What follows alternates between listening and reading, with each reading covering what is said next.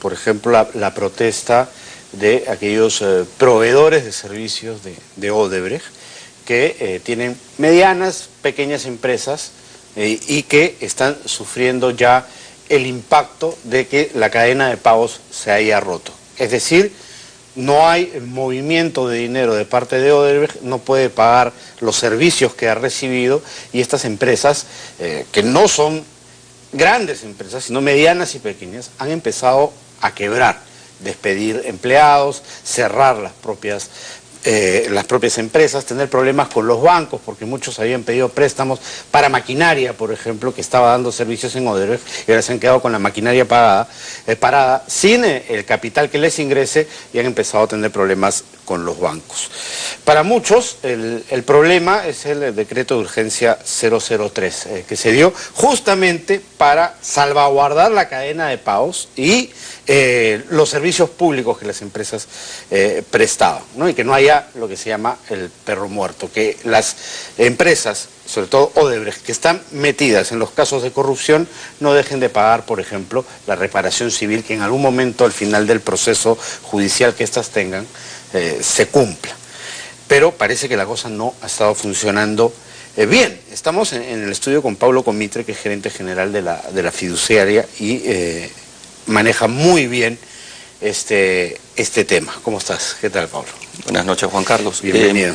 He tratado de resumirlo bien porque para el público puede ser un tema complejo, pero en realidad, si lo aterrizamos, es bastante simple. Hay empresas grandes que pueden quebrar y que no pueden cumplir con los demás, y la cadena se va hasta abajo y empiezas a tener empresas cerrando, gente en la calle despedida, etcétera, etcétera, etcétera. Sí, primero, las organizaciones, hoy día cuando se hace un análisis de organizaciones se analizan los diferentes stakeholders o grupos de interés. Entonces, ¿quiénes son los diferentes grupos de interés en una organización? Tienes a los accionistas, obviamente, que son aquellos que han puesto su capital en riesgo para sacar adelante este negocio. Pero estos accionistas o estos inversionistas solos no llevan adelante un negocio de la envergadura de los que estamos hablando. Entonces tienes a bancos que financian los proyectos, ¿no? Pero no solamente bancos, sino que también tienes emisiones de bonos. ¿Y quiénes son los principales compradores de bonos? Los fondos de pensiones. Entonces tienes a las AFPs participando. Luego estas empresas cotizan en bolsa y entonces tienes a AFPs que también son accionistas en estas corporaciones, pero sin duda tienes a los trabajadores, que son otro grupo de interés, y de igual forma al gobierno, ¿no? Porque tienes los impuestos que también tienen que ser cautelados.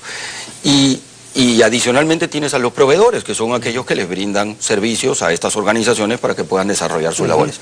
Entonces, cuando tú vas a atacar un problema de corrupción de una organización, creo que no podemos dejar de ver el todo, ¿no? Entonces, todos estos grupos de interés deben ser quirúrgico para no matar al paciente. Sin duda, deben ser cautelados. Entonces, si te pasas un poquito en el corte, eventualmente puede terminar quebrando la organización y por lo tanto podría importar que muchísimas familias del Perú pierdan el trabajo, ¿no?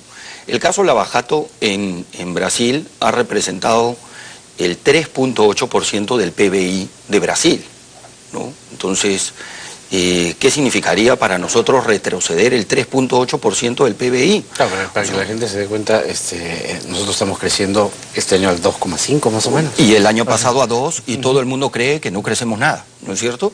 Porque no hay mayor contratación, o sea, no hay generación de empleo, todo el mundo cree que nos está yendo pésimo, porque estamos creciendo 2.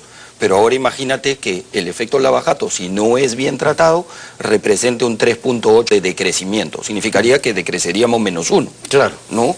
Y eso sí sería terrible. Entonces, claro, generación de empleo, empleabilidad de los que salen recién de las... Es decir, Pero es que el gran generador, el gran demandante de mano de obra en el país es la construcción, ¿no? Entonces, aquí hay mucho empleo involucrado que puede generar problemas. Entonces, el decreto de urgencia 003, que... A ver, primero, ¿cuáles son los mecanismos que puede tener el Estado para salvaguardar una eventual reparación civil?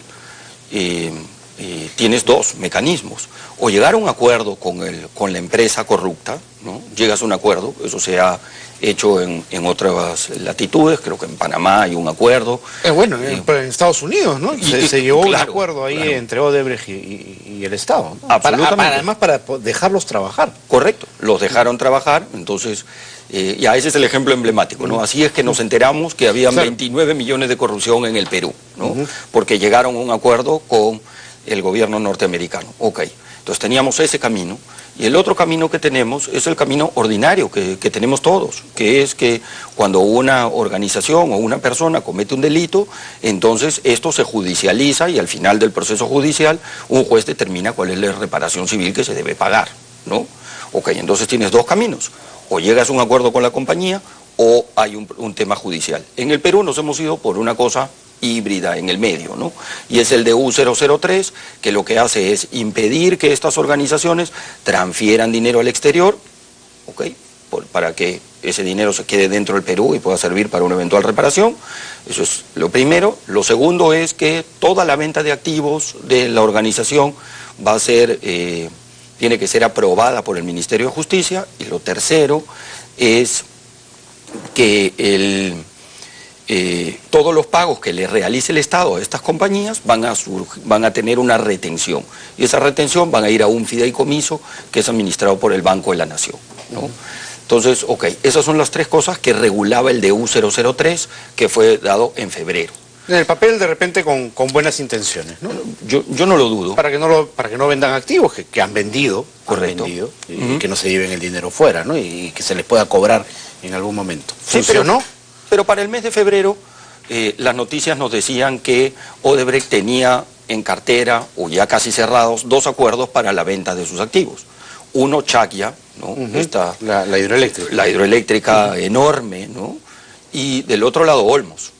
Estamos en diciembre y no se ha concretado la venta, ¿no? Entonces esos dos activos no se han podido vender.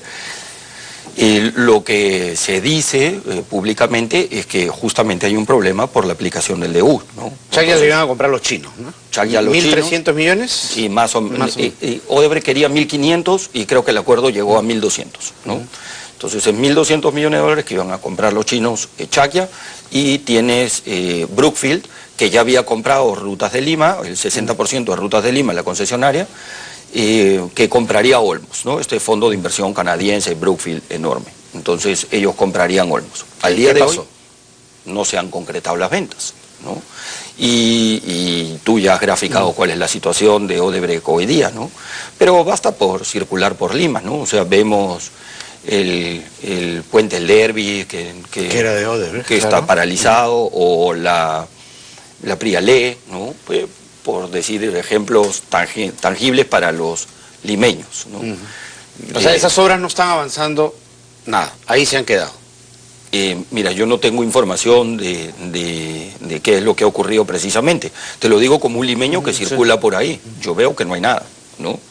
Okay, y esas obras estaban a cargo de Odebrecht como constructora, porque la concesionaria ya ha sido transferida, ¿no?, a Brookfield, como lo expliqué. Entonces, ok, tienes que... ¿Qué regula el DU 003? El DU 003 lo que regula es la continuidad de la prestación de los servicios públicos, y ahí vemos que hay unos servicios públicos que no están avanzando, ¿no? El de Erbi, la otra carretera, y por el otro lado que no se rompa la cadena de pagos, y tú has graficado que todos los días hay noticias de gente que está perdiendo el trabajo, pierde los negocios, porque Odebrecht... están cerrando. Así es. Además eso perjudica también al sistema financiero, porque muchas sacaron préstamos para compra de maquinaria, por ejemplo, y los bancos están quedando sin la devolución de ese dinero. Sí, y es importante hacer esa precisión, porque la gente cree que los bancos en realidad son los bancos. Y los bancos no administran su dinero, ¿no? Administran el ahorro del público, ¿no? Entonces, cuando los bancos no logran cobrar, lo que están haciendo es no recuperan el ahorro de la gente.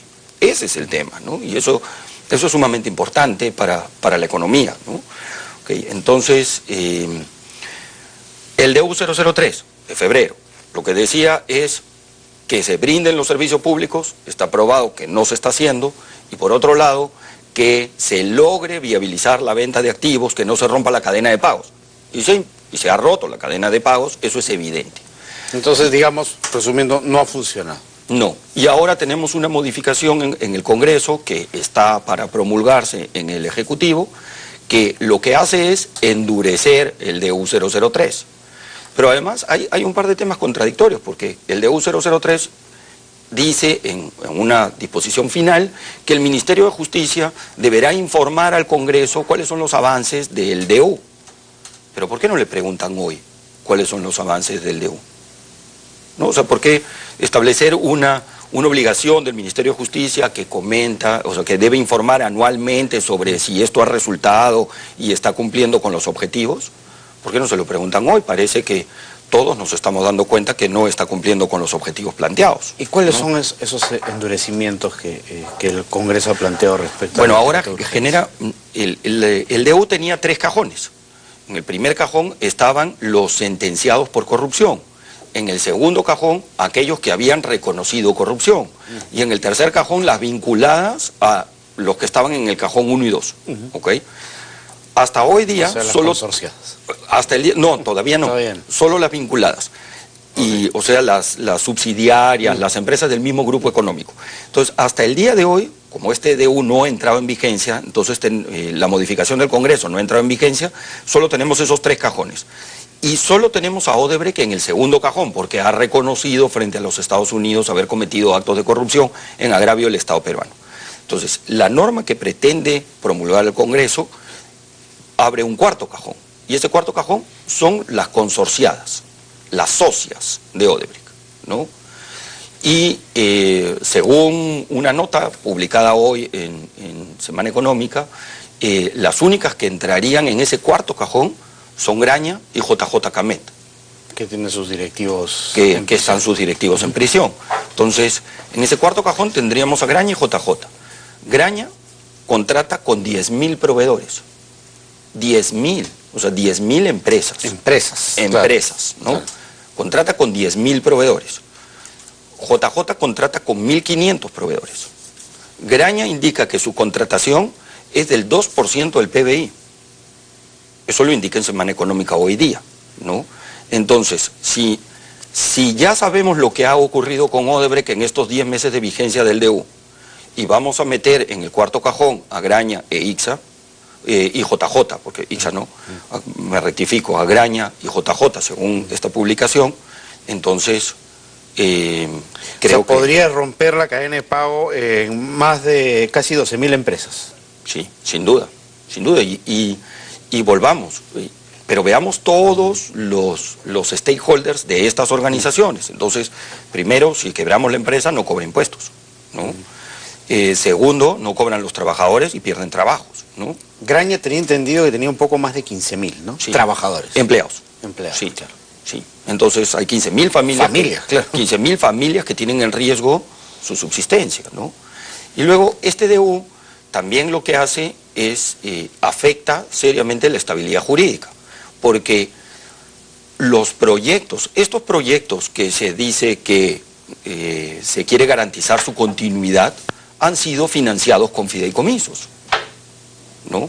O sea, las grandes obras de infraestructura del Perú se han hecho con fideicomisos. Entonces, si nosotros vamos el tren eléctrico tiene fideicomiso, Lima Airport Partners tiene fideicomiso, los aeropuertos de provincias tienen fideicomiso, todas las carreteras tienen fideicomiso, o sea, casi toda la infraestructura del Perú se ha hecho con fideicomiso. Y claro, ¿por qué se usaron fideicomisos? Porque los fideicomisos son aisladores de riesgos, ¿no?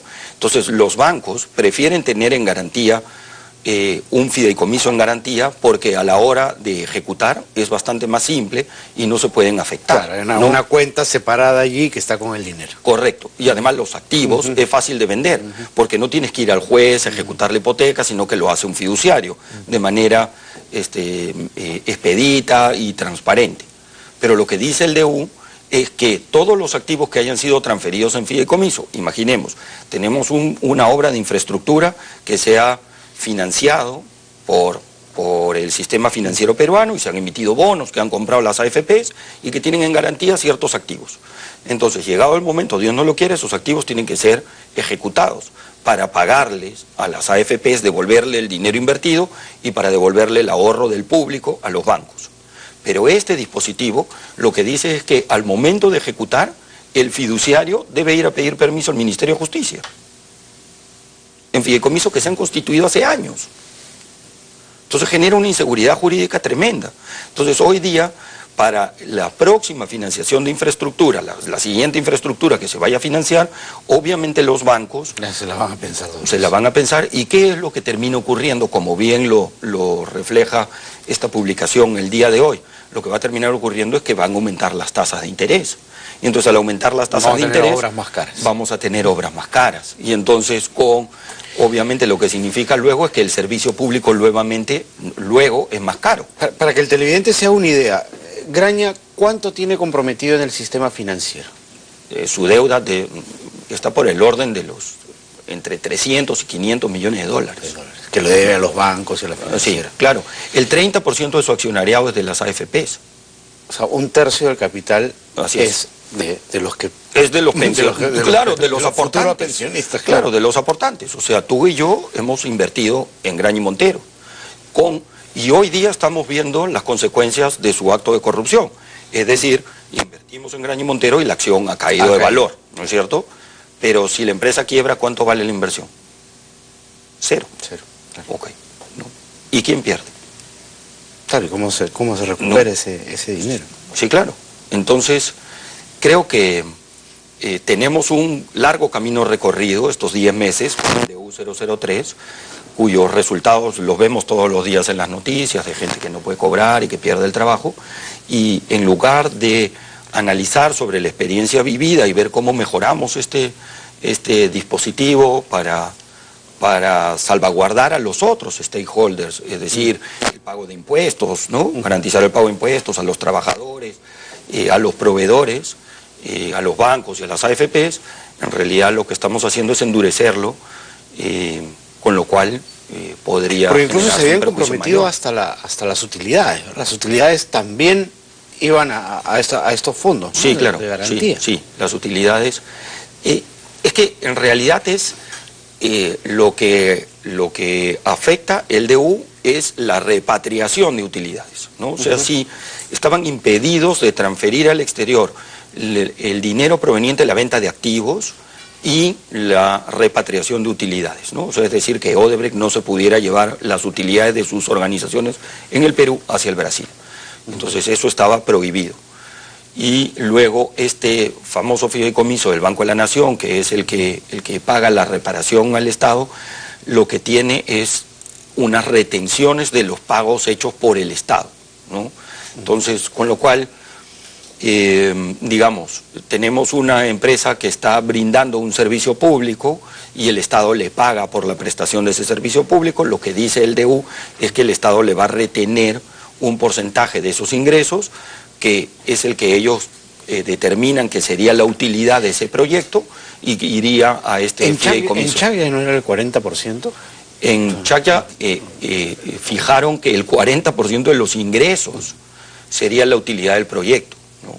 Claro, y bueno, eso si te retienen esa cantidad, sencillamente la empresa es inviable, ¿no? Pero yo quisiera ver una empresa que tiene utilidad por el 40% de los ingresos, ¿no? O sea, en realidad es porque tenía entendido difícil, ¿no? que en Olmos también fue absolutamente arbitrario el tema de la fijación con respecto a cuánto producía, creo que en Tailandia, una autopista. Sí. Concesionada. Sí. Y con eso se fijó lo de Olmos. Sí. Al 25% también. Sí, se decía, lo que se hizo es que para determinar la utilidad del proyecto, se dice el propio dispositivo que se deben tener en consideración un proyecto de características similares. Y en el Perú no existe otro proyecto que trasvase agua, ¿no? Claro, el Atlántico, de la cuenca del Atlántico al Pacífico. Pasa de la cuenca del Atlántico a la cuenca del Pacífico por un túnel de 20 kilómetros, trasvasas agua. Y eso tiene un costo. Y te pagan por ese servicio y ese servicio tiene que tener una utilidad. Yo no sé cuál sea la relación de ese servicio de trasvasar agua con una carretera. Con la concesión de una carretera. Sí, no lo sé, pero es lo que ocurrió.